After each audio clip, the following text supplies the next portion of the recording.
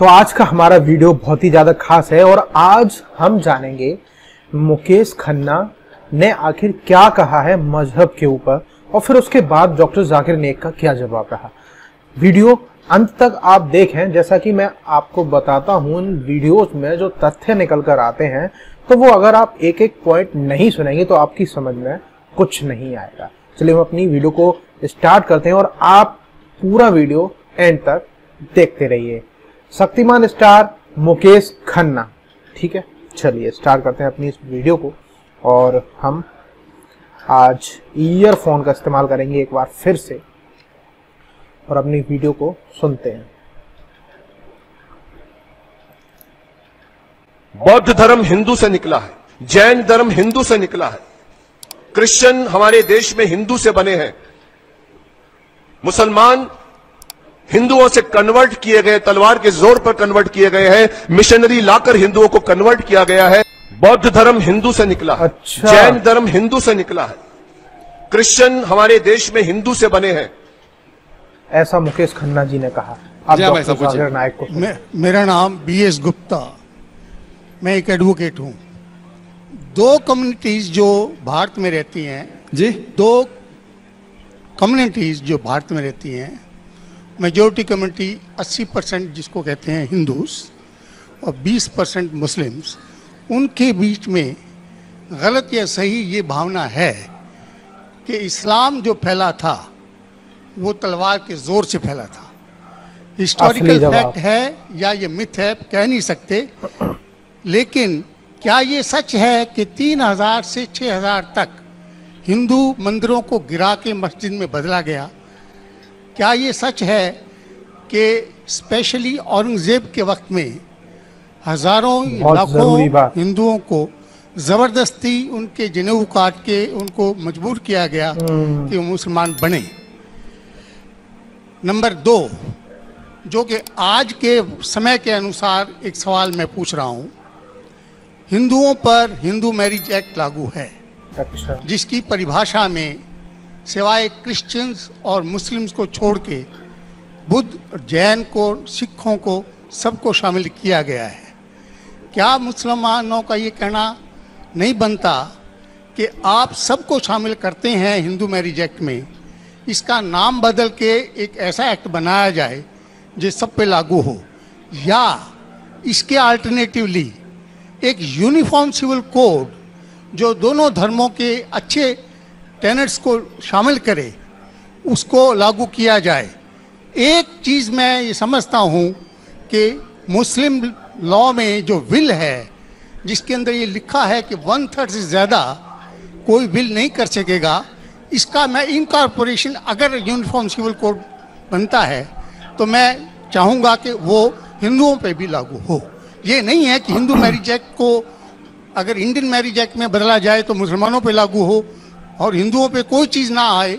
मुझे इस्लाम में ये चीज़ बहुत अच्छी लगी। ऐसे ही कोई यूनिफॉर्म सिविल कोड के लिए ये मुस्लिम आगे क्यों नहीं आ रहे, इसकी वजह मुझे बताई जाए। भाई साहब ने 3 सवाल पूछे एक सवाल में। पहला सवाल कि हिस्ट्री से पता चलता है कि इस्लाम तलवार के जोर पे फैला कि नहीं, लेकिन ये मुझसे पूछ रहे क्या ये हकीकत नहीं है कि 3000 से ज़्यादा मंदिरें गिराई गई थी और मस्जिद बनाए गए और बहुत से लोगों का कत्ल किया गया? ये बिल्कुल गलत है, अफवाह है। ये मैं कह सकता हूँ कि कुछ मंदिरें शायद गिराई गई होंगी, इससे मैंने कहा तो एक भी मंदिर नहीं गिराई गई। हो सकता है कि कुछ मुसलमान अपने आप को जो मुसलमान कहते हैं उनने आके कुछ मंदिरों को गिराया होगा और मस्जिद बनाया होगा, हो सकता है। लेकिन ये कहना कि 3000 से 6000 मंदिर गिराए गए, ये बिल्कुल अफवाह है, बिल्कुल गलत है, बेबुनियाद है, बिल्कुल बेबुनियाद है। कुछ मुसलमान राजाओं ने गलत काम किए होंगे, उससे आप इस्लाम को दोषी नहीं ठहरा सकते। अगर हिटलर ने 60 लाख यहूदी को जिंदा जलाया तो मैं कह सकता हूं कि क्रिश्चियनिटी खराब है? बिल्कुल बेबुनियाद है, वो हिटलर ने किया, बाइबल में तो ही लिखा है कि जलाना चाहिए। इसी तरीके से ये खाली अफवाह है। कुछ मंदिरों को शायद गिराया गया होगा, मैं ये नहीं कहता कि नहीं गिराया गया, लेकिन उसको छोटी चीज को लेके उछाला जाता है मीडिया में और किताबें लिखी जाती है। आप देखो टीपू सुल्तान के खिलाफ आ गए। आज भी आप जाएंगे मैसूर के अंदर, उसके आजू बाजू आप देखेंगे तो टीपू सुल्तान के जो आंगन के अंदर है उसके अंदर मंदिर है। अगर आप ये कहते सच है कि 3000 से 6000 मंदिर को गिराया गया था, तो आप कैसे जिंदा बचे? आप कह रहे थे कि हजारों लोगों को कत्ल किया गया, आप कैसे जिंदा बचे? आप जिंदा बचे ये शहादत दे रहा है कि मुसलमान तलवार के जोर पे नहीं फैला। अगर ये सच होता था, आपने कहा हजारों लोग का कत्ल किया, कुछ लोग का शायद कत्ल किया गया। देखो हर मजहब में there are black sheeps in every community. कुछ लोग हर मजहब में खराब निकलते हैं, वो मजहब की गलती नहीं, वो मजहब के मानने वाले की। क्रिश्चियन में आपको कुछ खराब लोग मिलेंगे, मुसलमान में मिलेंगे, हिंदू में मिलेंगे। देखो अभी आप देखेंगे हिंदुस्तान के मुसलमान कुछ लोग ड्रग में डील करते, इन्हीं वर्ड का मैंने इस्तेमाल करा था, ड्रग में धंधा करते। ड्रग तो हराम है इस्लाम में, करते, जरूरी बात है, तो उनको दोष देना चाहिए, इस्लाम को नहीं। इसी तरीके से आप जो कह रहे हजारों लोगों का कत्ल किया, ये बिल्कुल बेबुनियाद चीज है। कुछ लोग का शायद किया होगा, और ये ही सबूत है। मैंने मेरी तकरीर में कहा कि 80% से ज्यादा गैर मुस्लिम हिंदुस्तान में हैं। ये शहादत दे रहे हैं कि इस्लाम तलवार के जोर पे नहीं फैला। आप लोग को क्यों छोड़ा उन लोग ने? आप उनके रिश्तेदार तो नहीं थे ना, आपको क्यों छोड़ा? 800 मिलियन 80 करोड़ गैर मुस्लिम को छोड़ा क्यों? उनने क्यों छोड़ा? अगर दमी था हुकूमत की 1000 साल, सब लोग को मुस्लिम बनाते थे। इससे यह जाहिर होता है कि इस्लाम तलवार के बलबूते पे नहीं फैला।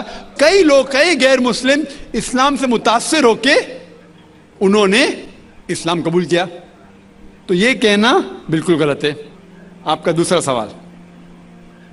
सवाल कि हमें क्या करना चाहिए? ये अलहदा लॉ नहीं होना चाहिए, सब एक ही कॉमन सिविल कोड होना चाहिए, और सब मजहब की अच्छी चीजें लेके कॉमन सिविल कोड करना चाहिए। मैं आपके बिल्कुल साथ हूं, बाकी मुसलमान शायद आपके खिलाफ होंगे, मैं आपके साथ हूं। क्यों मैं साथ हूं आपके? पहला चीज, हम मुसलमान अगर दिगर मजहब के बारे में जानेंगे, कभी कॉमन सिविल कोड की बात आती, सबसे ज्यादा नारा मुसलमान गलत है।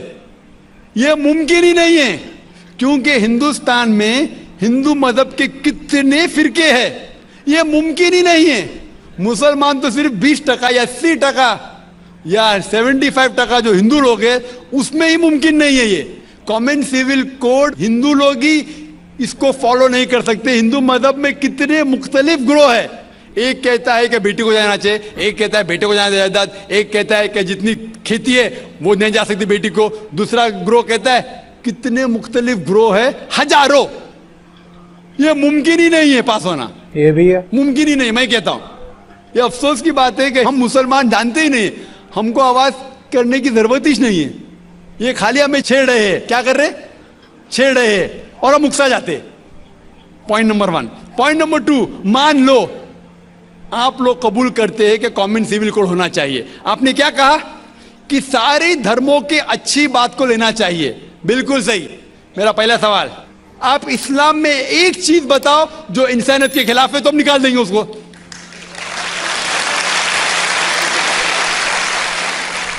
आपका ये कहना बिल्कुल सही है कि बाकी मज़ाहिब की अच्छी चीजें जो है, मिसाल के तौर पे मैंने तकरीर की similarities between Hinduism and Islam, तो जो अच्छी चीजें हिंदुइज्म की मैं ले चुका हूं।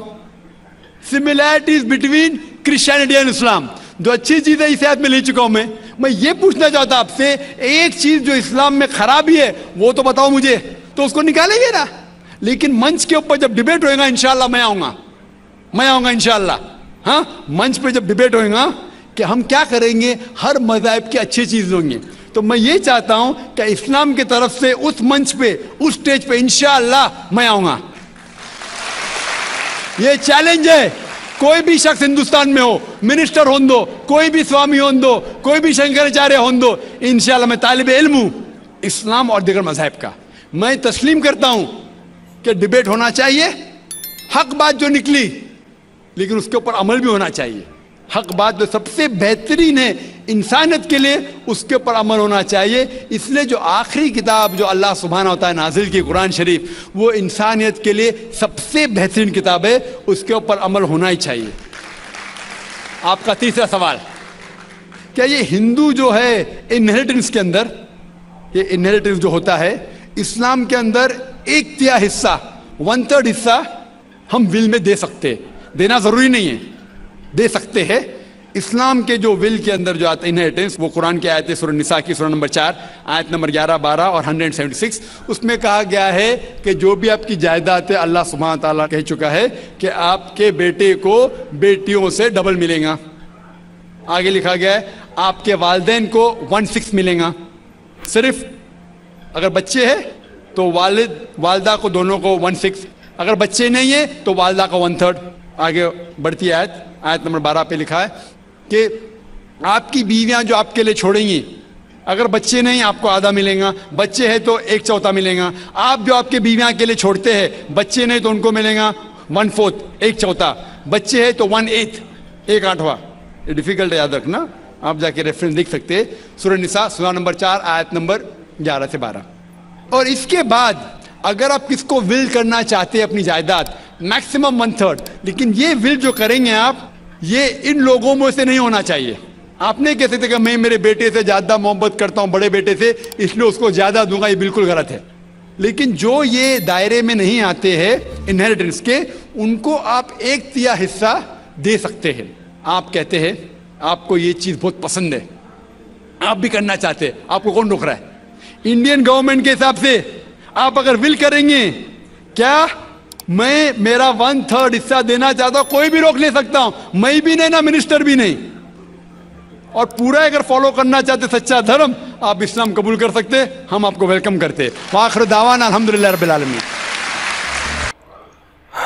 तो आपने देखा किस तरीके से जो है मुकेश खन्ना जी का जवाब दिया इस वाली वीडियो में, और काफ़ी हद तक हमें बहुत कुछ जानने को मिला। आप हमें नीचे कमेंट्स करके बताइए कि आपने ऐसा पहले कभी देखा है, क्या आपने ऐसा सुना है, क्या आपने खुद पढ़ा है, खुद से मतलब पढ़ी हैं ऐसी चीज़ें? आप हमें नीचे बताइएगा ज़रूर, क्योंकि मुझे तो मालूम है नहीं, हम तो सिर्फ ये वीडियोस ही देखकर ही जान पाते हैं कि आखिरकार डॉक्टर जाकिर नाइक हकीकत के बारे में बताते हैं। इतना तो मैं जान गया, लेकिन एक चीज़ समझ में नहीं आती है कि जो डॉक्टर जाकिर नाइक हैं वो ज़्यादातर मैंने देखा है, बोलते तो वैसे हर धर्म के बारे में हैं, लेकिन मैं ज़्यादातर ये देखता हूँ कि वो इस्लाम को सबसे आगे रखते हैं, है ना? तो रखना भी चाहिए, क्योंकि उन्हें उसकी तालीम सबसे ज़्यादा हासिल है। बस इतना ही कहूँगा मैं, ज़्यादा नहीं कहूँगा इस वीडियो में, ज़्यादा मुझे पता भी नहीं है। और आने वाली वीडियो के लिए आप इंतज़ार करते रहिए, क्योंकि और भी ऐसी ही कई बेहतरीन वीडियोस आएंगी जो आप को देखना बहुत ही ज़्यादा ज़रूरी है। आज की इस वीडियो में इतना ही, मिलते हैं हम एक और नई वीडियो में, तब तक के लिए नमस्ते।